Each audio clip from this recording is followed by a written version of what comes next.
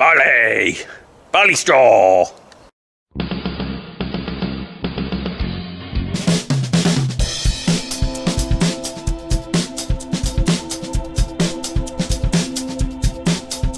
Oh, got some of it in the eye, I think.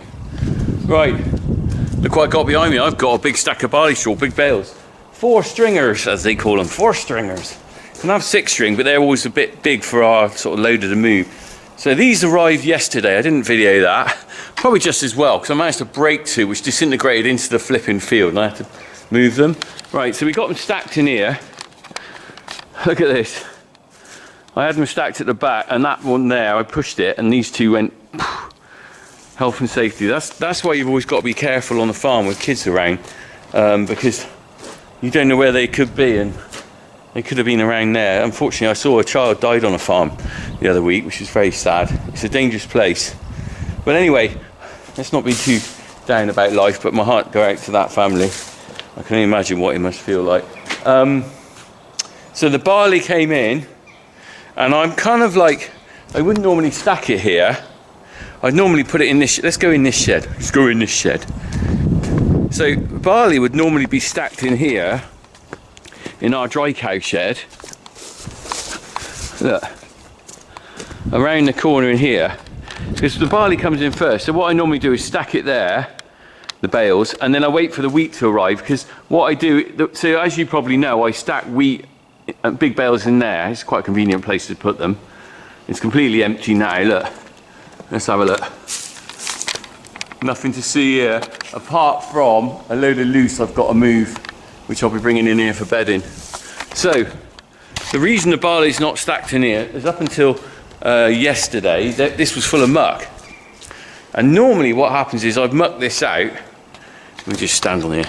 Normally I've mucked this shed out before the barley arrives. But the thing is, it's like everything, isn't it? You have a plan of order, but the thing is, things go right. And do you know what? It's basically because the weather's been so dry. We managed to cut our hay earlier. I think we made that hay down the bottom about 2 weeks earlier than normal. So normally what I would be doing is making hay now,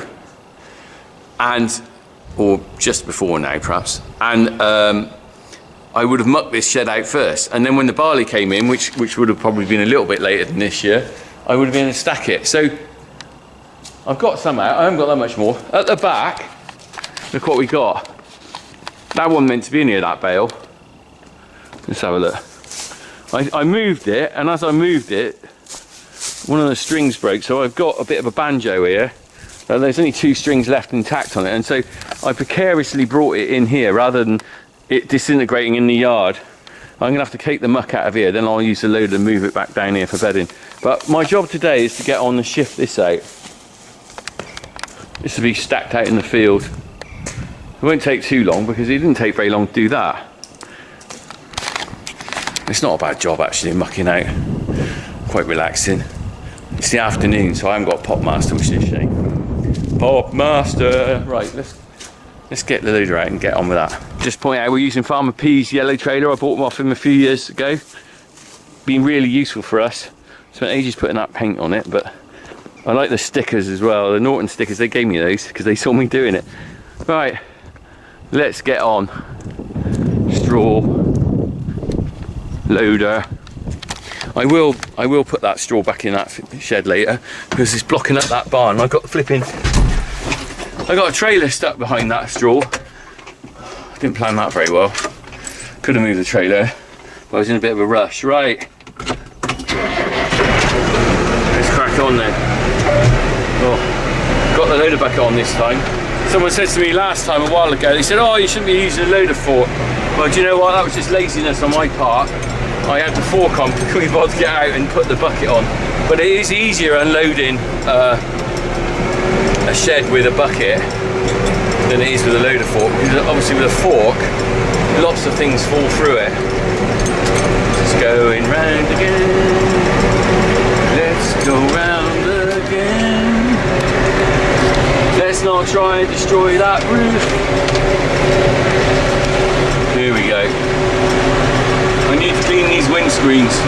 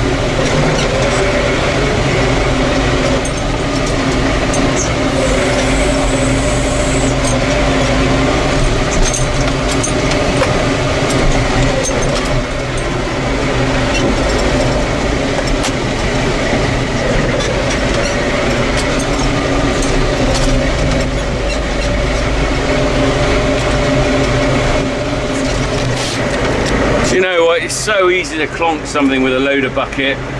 You're just trying to do different maneuvers. You need to be distracted a little bit. Oh, and he stalled it. He stalled it and he hasn't got it in neutral.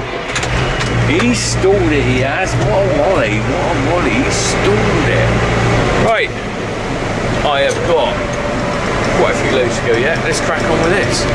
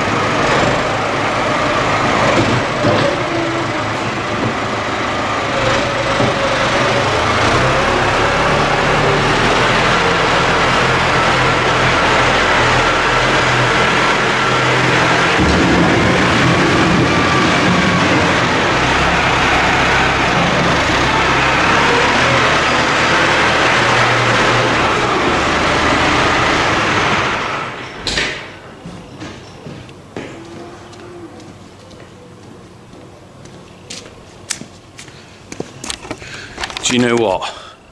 Guess what? You never guess what? I got a hell of a crop of grass. No, I haven't. I got a hell of a trailer load of muck. I got a hell of a trailer load of muck, I have. Let's have a look. Look at that. I got a hell of a load of muck. Right. We're heading off with that. I'm not going to shut the door. I'm being lazy because otherwise I'll keep getting out. That's why you need a hydraulic door, really. Let's get this going down in the field.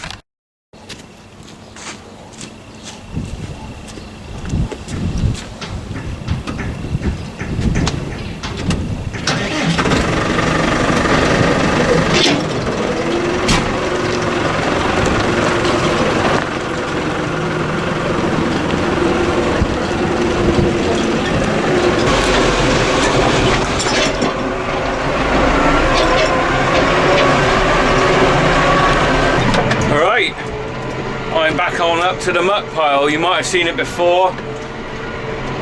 Good old muck pile where I took out muck last spring.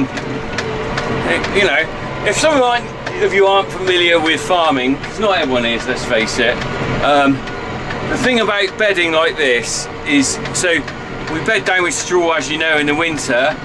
Now the main thing about that is it's fantastic for organic matter, but it needs to rot down before you can put it straight on the field. Because if you put it straight on the field like this, you're going to just, you know, A, you're moving a lot of bulk. You can lose. Oh, there's a heron just going up there. Just gone up. Can you see that? Where is he? Just disappearing into the distance. Oh, my camera. Anyway. So, anyway, where was I? Yeah. you don't want to put this straight, you know, liquid slurry, you can put that straight on the ground. But if it's got straw and stuff on it, you need to have it in a pile for, well, ideally a year, but maybe 6 months. Just so that straw starts breaking down and it sort of converts it into a more compact, nutrient-rich resource, really. I mean, you saw that load of hay I had down the bottom there. Crikey, I got a good crop of hay off that. Just hell of a crop of hay. Hell of a crop of grass. I did. I got a load of hay out of that field. No artificial fertiliser, and we just put on muck. Now, normally I put a little bit of N on there or something, and I'm not going to bother next year. I think 'cause it did well without it. I think part of the secret is you put it on early enough, and because it's a hay crop, it's late harvesting. You know, you don't want to put this manure on in March, doing the silage cutting in May, so it'll probably be still in the ground. I mean, even some of it was in the ground, on top of the ground, even in July, but not very much. So everything's got advantages and disadvantages. The advantage every farmer knows is about artificial fertiliser is that you put it on, instant effect, no contamination of what's that going up? It's creaking a bit, isn't it? Let's hope we've done great. There we go, I haven't lined that up very well. I'll come out here with the loader later and always never like that creaking sound. There we go. On the small valves there, put those down. There we go. Look how yellow the ground's looking. It's almost the same colour as my trailer. That's a good little trailer, this. I'm quite pleased with it. It was a good buy off Farmer P, because we were using little wooden trailers before, and they did the job, but it just, you know, you just ended up running around a lot more, you know, backwards and forwards, whereas part of the problem is the time taken going backwards and forwards. The actual clean out the shed doesn't take long, the actual tipping doesn't take long, but driving backwards and forwards to a shed, that's where your time's gone. That's why farmers have gone for bigger and bigger machinery, because realistically, if you get a bigger trailer, you've got to do less number of journeys, which is all the time consuming. Right, we're going to get back in that shed. My wife's going to love me tonight. I'm going to smell like a, yeah, like that pile back there. Right, crack on. How's underneath the trees?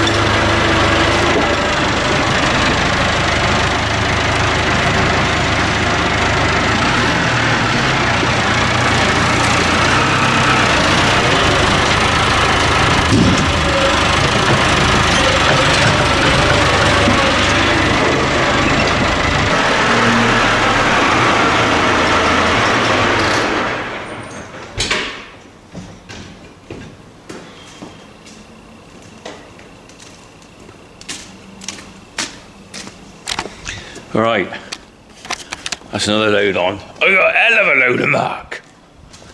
In his best West Country pirate voice, he said. Right, so I'm going to get in with it. Look at that, I've still got my bale propped on top of there. How am I going to move that without mucking it up? So I wonder if I just get a few more a leather bit there, and then I'll just push this down onto here. And then I can do that. I can get So next load, I'll just take a bit out of there, a bit out of there, then push that bale out of the way, and then I can get the rest. So you know what? I used to spend ages worrying about getting every last bit out of this shed, keeping it all tidy, especially when it was a brand new shed. And then you realise, what are you doing it for? You know, if there's a little bit left by that water trough, what does it matter for next year? It'll go out next year, won't it? Cows won't mind a little bit in here. It's not like I'm putting grain in here or anything like that. Right, let's go muck tipping. Are you all right for muck tipping? Come with me, everyone. Let's go muck tipping. Hell of a load of muck. Hell of a load of muck. All aboard.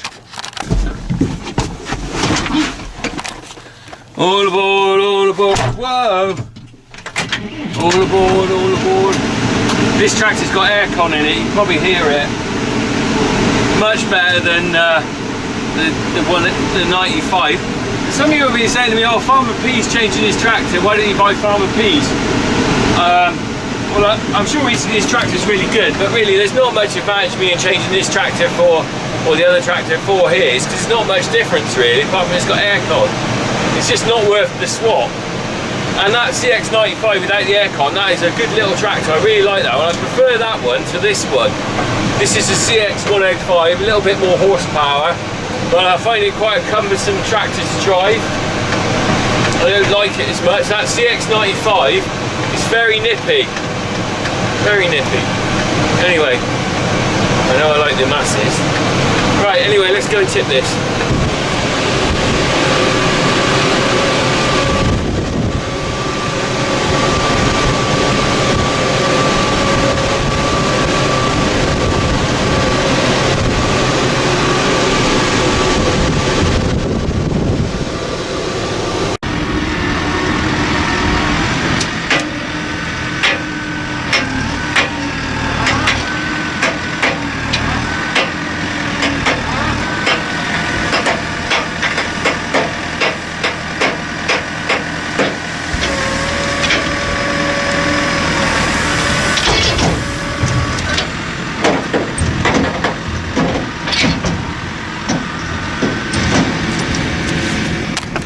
Good to go, another load in here, look, but it's quite spread out, isn't it?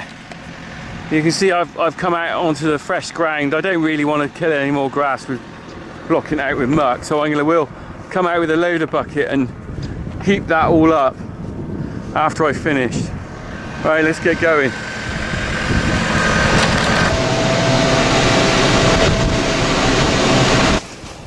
Right, let's get on with this bad boy then.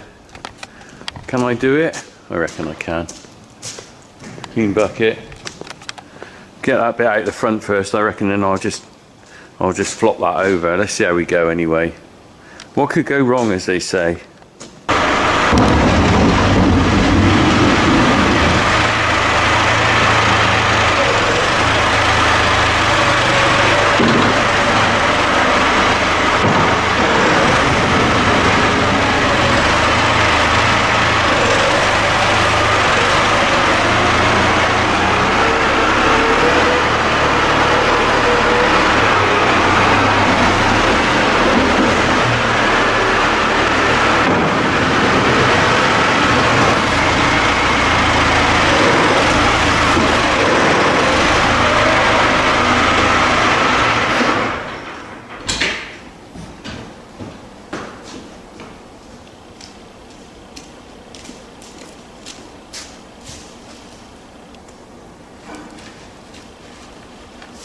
Right, what do you reckon? Win or fail? I'm going to cut the string and then I'm going to try and push it over into here.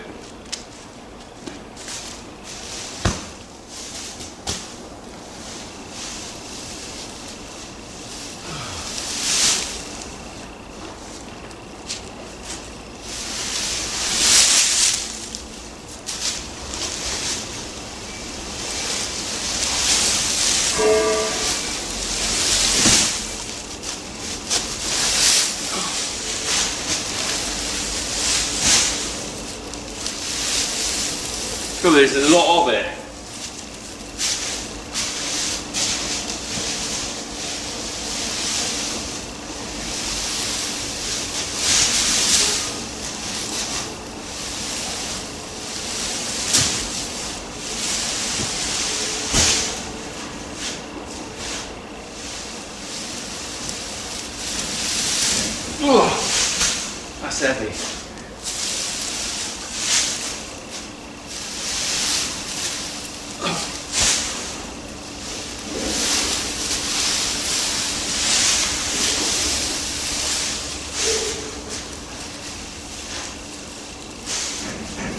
Right.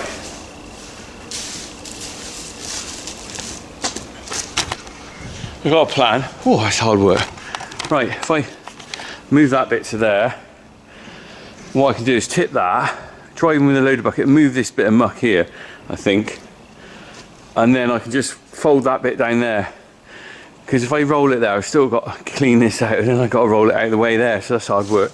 Right, let's just take this load of muck out, and then I'll come back.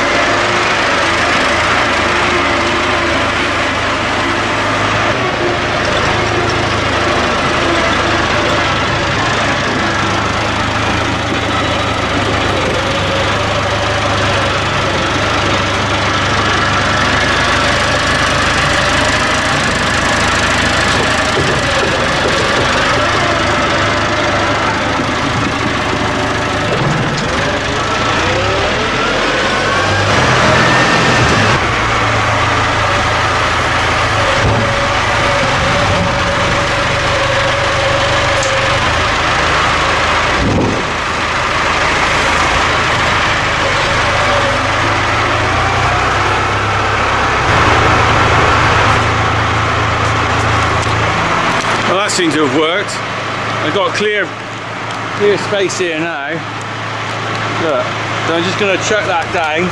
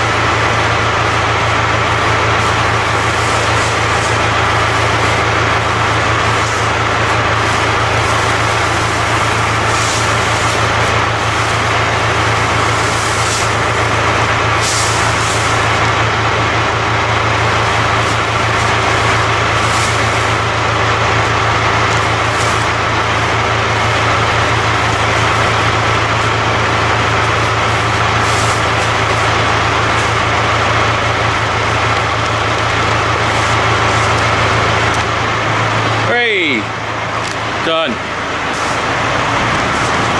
Right. Look. So that's all there. And that is to go. Let's just get this going.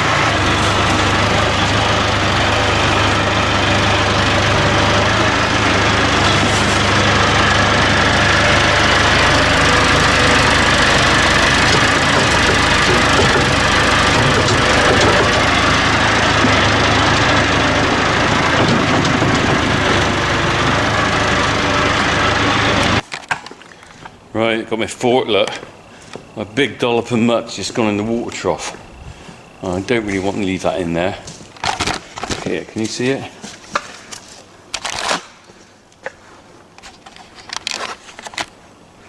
So that's got to come out of there. Blech.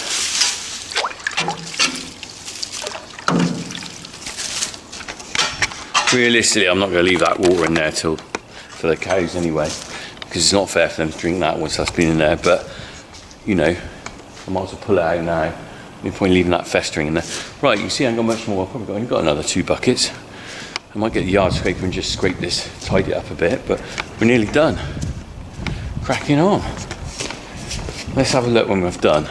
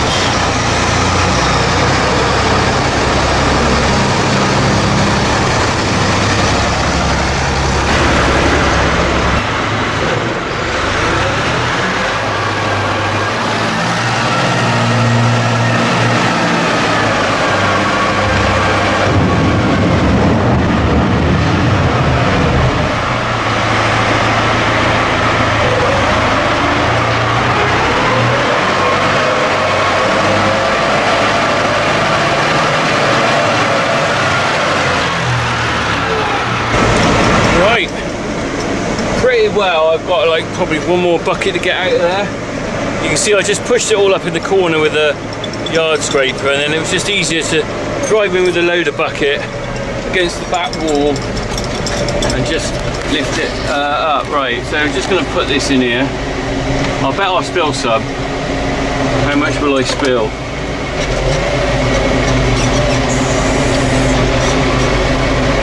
How much will I spill? He said. How much? Oh, it's all falling out the back. Should have put the back on. Fail. Oh, look at, oh, look at that. Fail. Oh, that trailer's full basically. The thing is, I'm being lazy. I don't really want to go out with another load. There's only like one bucket there. I think what I'm going to do is I'll just scoop the rest up in the bucket, and I'll take the rest down the muck spreader when I take a load of muck out another day. Let's just do that. It's hardly worth putting one load of bucket in a trailer for another trip up to the mucky. Of course, the thing I've got to be careful of on this is you don't want to whack out the back wall.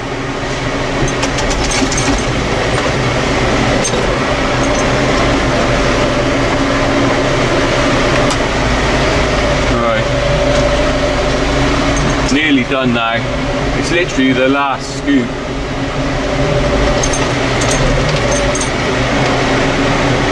Look at that. That's it. Lovely. Right. I got one bucket left in here, which can go in the muck spreader. So it's a bit damp on the floor where obviously the muck's been. That'll dry out by tomorrow. A little bit left there. Not too bad there. Got to clean the water troughs out sometime. With hindsight, what I should have done is turn the water troughs off and empty them before I did this, because I could have chucked the water straight on the muck. That's a mistake, wasn't it? Right, this is the end of the video. I'm going to do another vid with moving the straw, and I think I'm going to get the boys, while they're off school, can chuck over that loose straw in here. That'd be an interesting video. What could go wrong there? It'd be flipping straw wars. All right, crack on. Last load going out.